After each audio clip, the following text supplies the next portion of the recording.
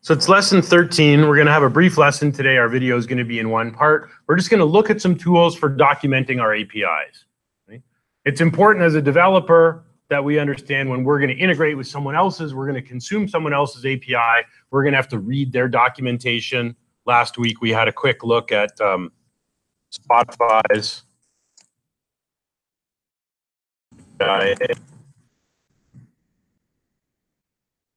pulled up their API reference, where it describes for any method the endpoint, what a request looks like, and also so how we can make that kind of request and what kind of response we get back. So if we're going to consume, we're going to integrate, say, a payment gateway. We're going to have to read through the documentation on the payment gateway. What do we send in a request to the gateway? What do we expect to get back? We want to do shipping rates. Same thing. It's always going to be this request response model, and every API is going to have some kind of documentation. So if we're going to build an API like we've done with our music store, like you guys did in your last part of assignment 2, we've got to be able to document it so that other developers of other applications, they know what methods are available and what kind of requests and responses to each of those methods require and use. Okay? So there's some tools for doing this.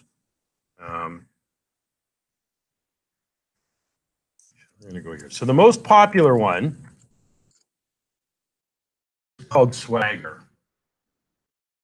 There's some plugins for .NET that will allow us to use Swagger.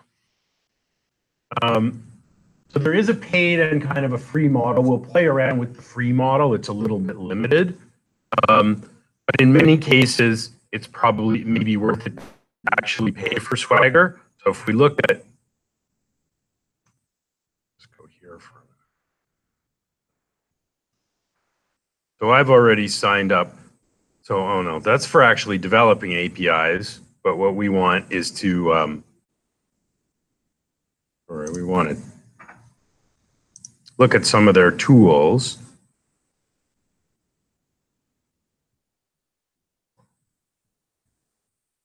So this Swagger UI, in a way, it can help us document our APIs. So what I'm going to suggest, go to swagger.io and create a free account. You can create an account with your GitHub login. You don't even have to give them a different credential.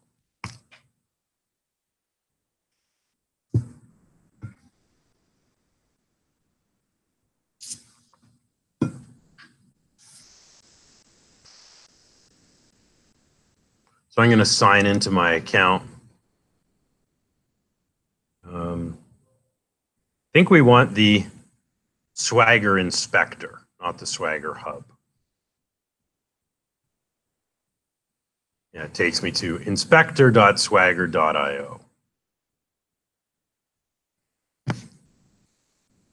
So if we have published our API, we can provide an endpoint, we can provide a URI as well as a method type. And Swagger, it'll run the API kind of like we can with Postman, but it's also going to help us document the method. So if I go to my music store API, which I've put online,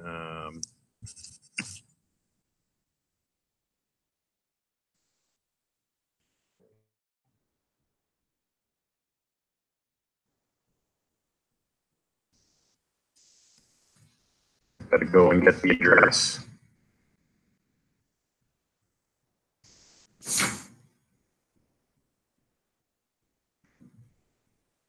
There's also a little extension that Swagger might prompt you to install. So I've installed this extension,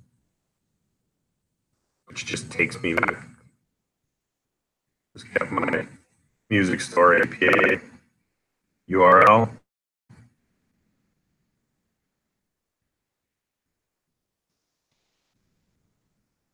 So if you've published your music store to Azure, published your music store API, you can use that URL. If not, you can try this with assignment 2, part 3. So I'm just going to take my URL,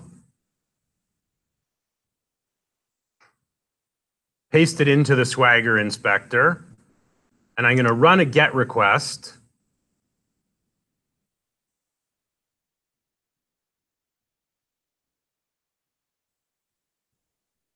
whoops, at API/albums. So this was the API we built last week in class.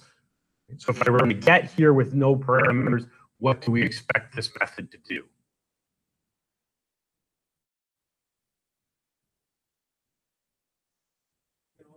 Yeah, we should return a list of albums.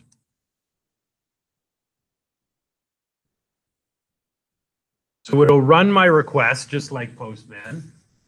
It'll send us back that 200 HTTP status, as well as the JSON object.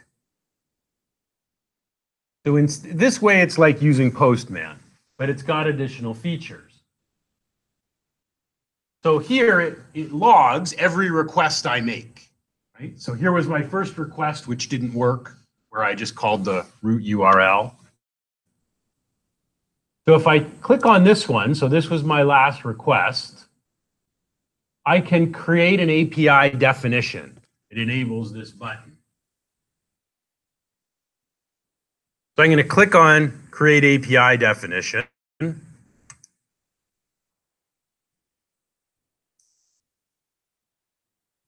I forgot to log in, so I'll just log in with my Git account. So it actually keeps a log, so I was playing around with it on Friday. So it keeps a log, so I want this GET request. I'm going to create an API definition. So it's hosted under my account in the Swagger Hub, where I can continue designing and documenting my API, and now it's going to open up a new tab in their hub. So the inspector is kind of like the Postman tool for testing the API methods, and the hub lets us actually build the documentation. So I'll click on this, which will open up my new tab.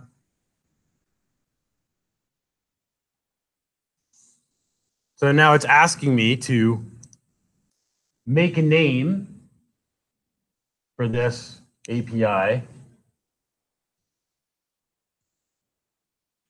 So I'll just call this Get Albums version 1. Import the API. Oh, okay. I thought this might happen. I've already done 3. Hang on, I just need to delete these.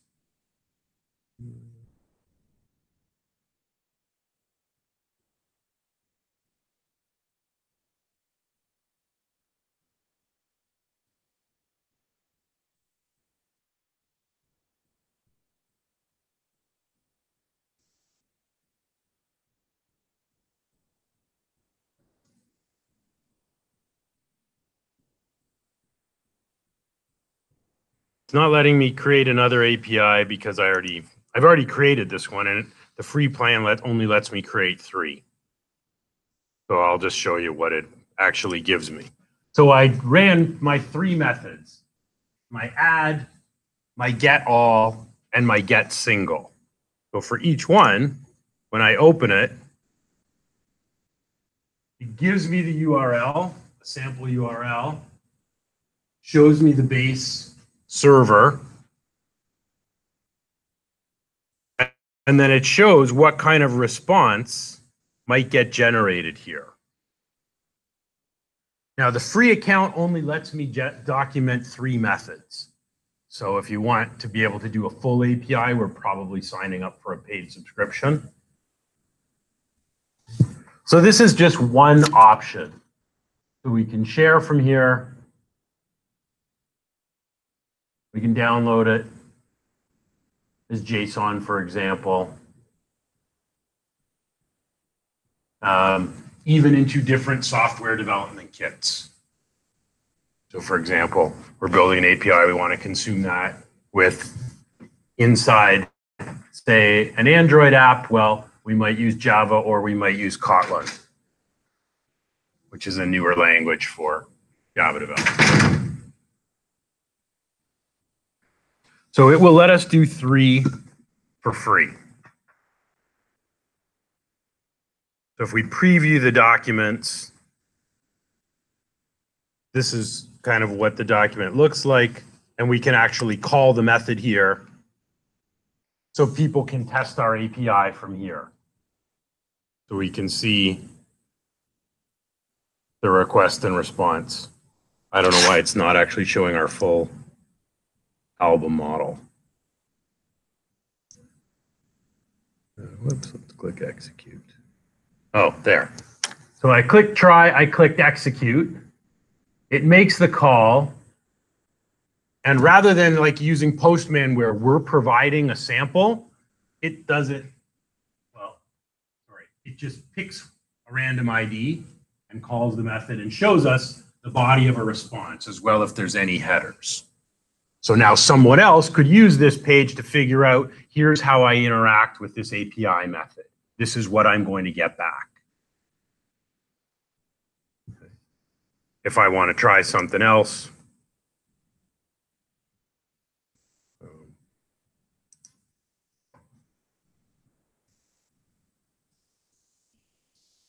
so similar to Postman, but with Postman, we're just kind of guessing.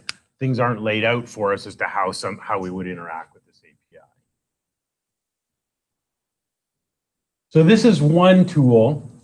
The other tool we're going to use, which we actually can integrate into Visual Studio, there's a tool called NSwag. It's actually based on Swagger, but there's a NuGet package where with a little bit of code, we can actually get API documentation being generated within the project itself. So it's kind of part of our solution. So I'm going to show you that as well. So you can feel free to play around with this. This is probably the most popular tool in industry for developing API docs. So in here, I guess I'm just going to launch my server, make sure my API is running again. So there's our values controller.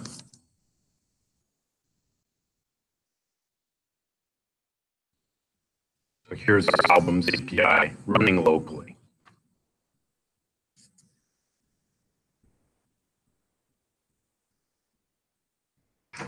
So we want to install NSwag for .NET Core.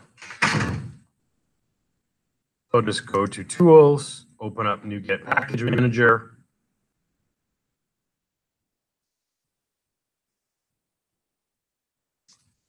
We'll click on the Browse link here.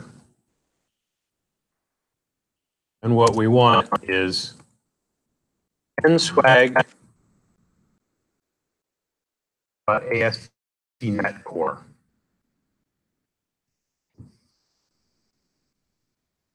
So it's a way of integrating Swagger's API into .NET projects. So that's exactly what we're doing. So we'll install NSwag's ASP.NET Core package.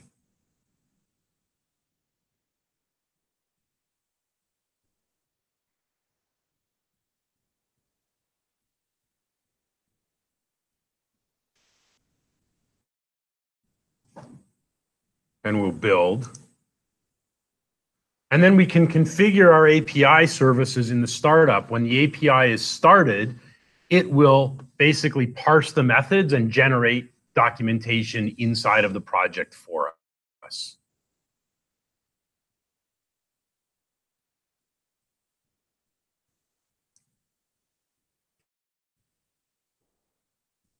So I have my startup file from last week.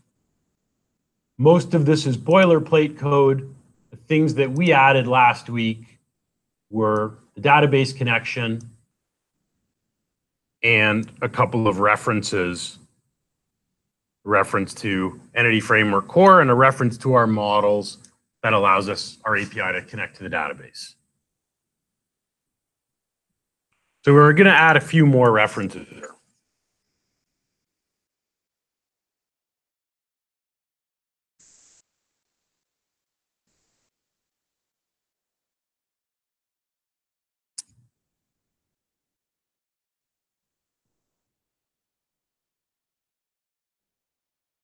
The first one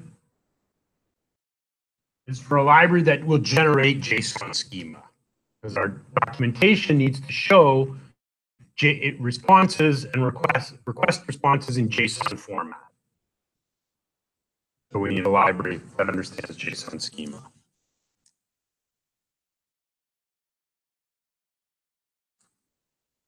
We need to reference the nswag package we just installed.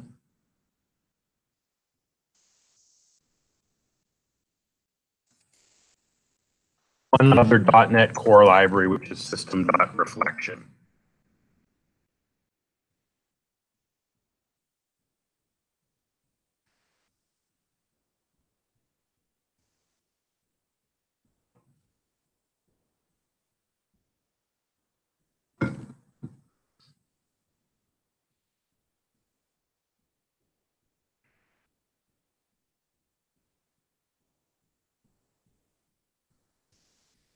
Now we'll see where we want to put it. I think we can put it after our database connection. We may have to move it up to the top of configure services, but we'll want to configure Swagger as well.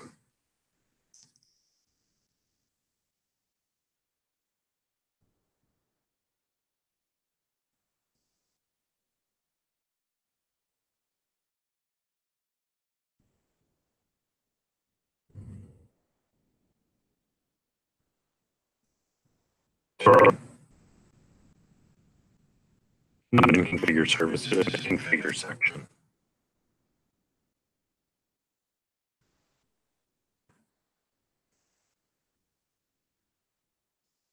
We're using HTTPS, we're using MVC, we're also using Swagger.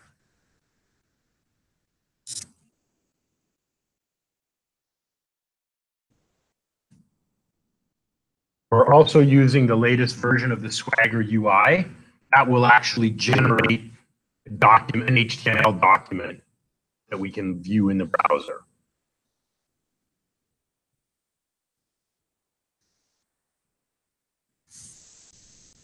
So we need one more method here. So these two method calls, we're going to write one other method here.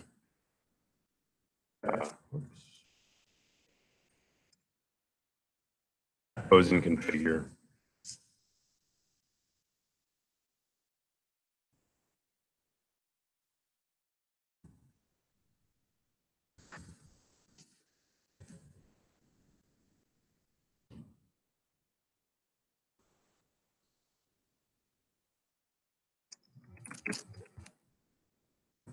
We're just setting up some settings for our Swagger document. We'll set up version.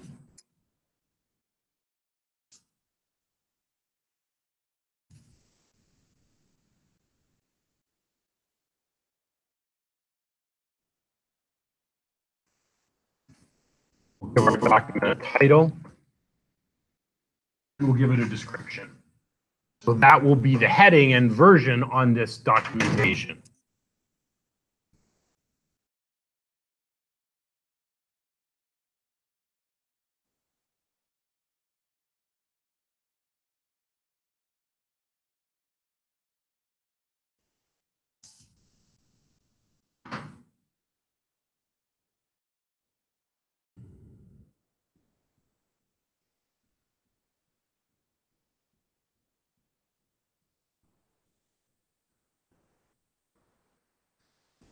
So when we launch our application, we want Swagger to basically inspect our API for any methods and generate a JSON document using, or generate a document that uses this JSON schema so it can lay out any requests and responses within our API.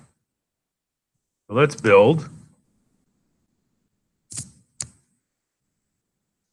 Make sure our API still works.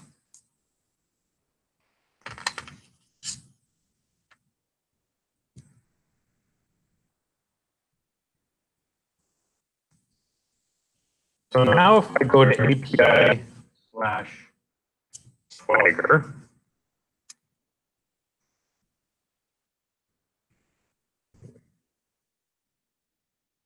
sorry, we go just to Swagger, it's generated this document. Right? It uses our title, our version. It finds all of the API controllers. The values controller was the one that Visual Studio automatically gives us. The albums controller is the one we manually built last week. And then at the end of class, I scaffolded one that it was called albums one. So we can actually check out any of these methods. If I go to get, we can click on try and execute. And it gives us everything we would need. So we could use this Swagger page much like, it's not as fully featured as Spotify's documentation, but it would probably be sufficient so that some other developer could interact with our API. They can see all the methods. It automatically shows the URL for each method.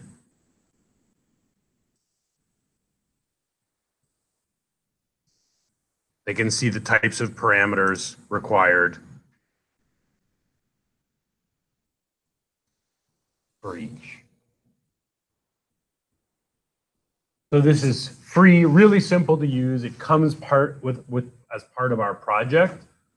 So probably a good idea to use. And it's scalable. If we continue to change or add methods, it will just update the documentation every time we reload the server on startup, right? Every time we start the server, it's going to regenerate this document for us.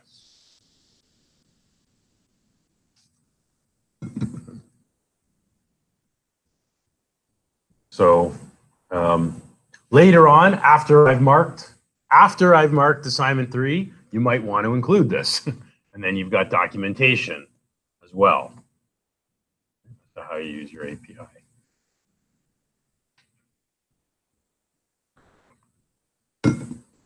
And it's versioned, so we only have one version.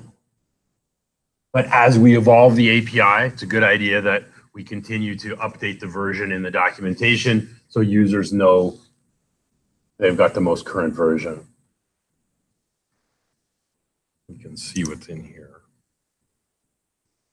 Yeah, so this also generates it with this NJSON. It actually generates the documentation as a JSON document itself.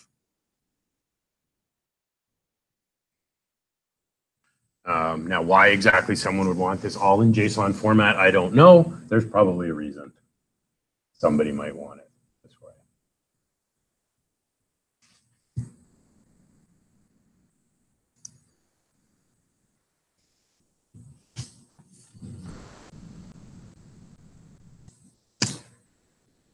So that was really all I wanted to show you was those tools.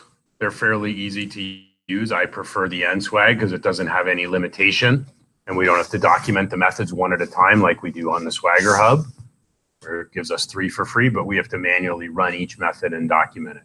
Easier just to plug this into Visual Studio, I think, and let it do its thing. Okay. So this is not only a .NET kind of tool. Swagger is used commonly for all kinds of API development. No reason you couldn't plug this into a Node,